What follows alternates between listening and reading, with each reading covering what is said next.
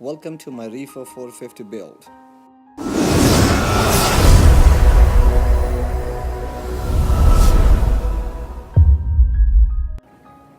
What's up, Reefers? Welcome back to Ash's Reef and to my 450 build series. The tank completed its cycle a week and a half ago. Today marks exactly a month since I started my tank. So the tank did cycle in 2.5 weeks. I think sea chem stability bacteria, along with the live rocks and the matrix from my existing lagoon, which was matured enough, did help me to cycle this tank faster. Also, I'm surprised to see the SPSs that I have added to my tank has kind of held up to its coloration as well. They haven't browned out completely as I was expecting in any new system.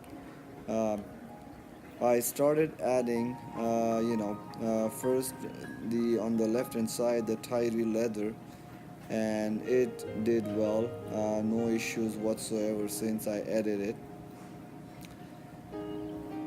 The next thing that I went ahead and added, was right there in the picture. If you see, worldwide coral, sun-grafted Monty, and it's been over 4 to 5 days, and it has still hold on to its coloration, the orange and green coloration with the yellow polyps.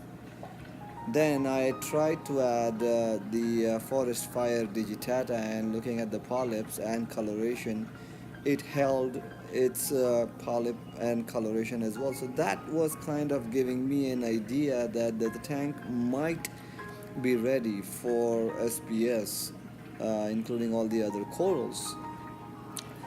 Of course, to manage two systems running, it's a bit of not only hard, but the survival of the corals into your old system becomes really hard because your focus is on the existing tank.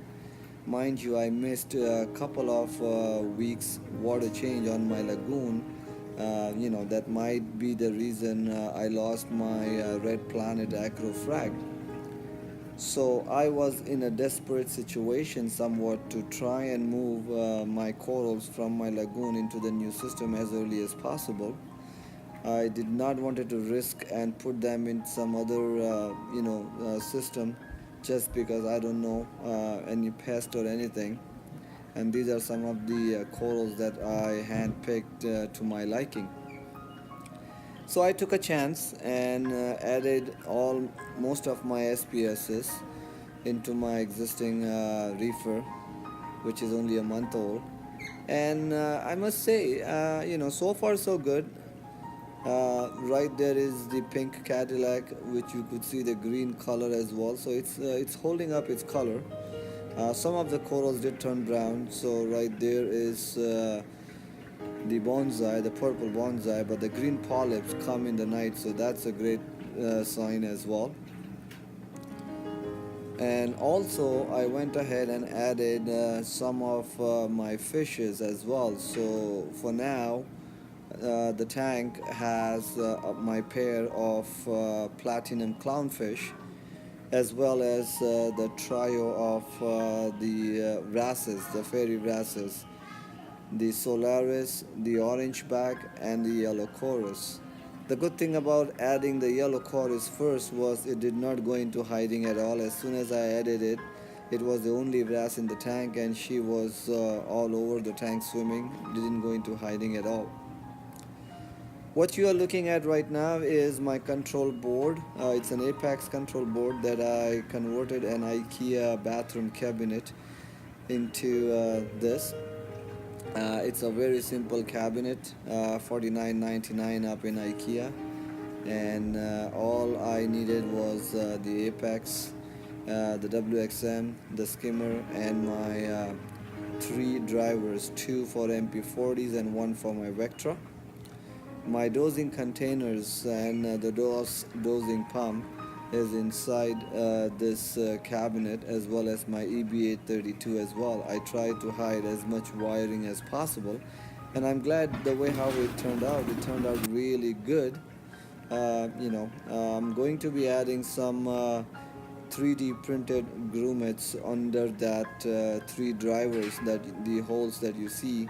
Um, you know, I had to make those rectangle patches so that I can pass the driver from the back end to the front, and they will be hidden with the 3D printed grommets in the upcoming weekend. Up on the top, I used the magnet latch to open the door rather than the door hinges provided by the IKEA, which this way I can always, remove the door, and if I had to do any maintenance in the back side of the cabinet, if I need access to my 830 EB832, or if I need to, top off the the dosing containers of alkalinity and calcium.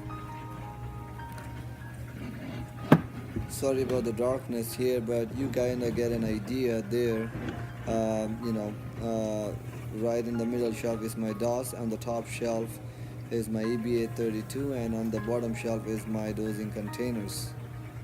On the right is the connection of my T5, because you cannot run the T5 using a GFCI. There's always some issue where the T5 would trip my GFCI. After reading and doing some research, apparently it's the way how the T5 processes the current, and the GFCI will not allow it to happen. So you have to connect your T5 to the regular GFI outlet rather than GFCI. I also went ahead and added the Red Sea Reefer lid, just so that my brasses won't be able to jump out of the tank as they are known. My Solaris and Orange back did jump couple of times into my lagoon. Luckily, I was able to catch them as they ended up landing into the backside of the filtration chamber. That was just my luck. So the lid does help.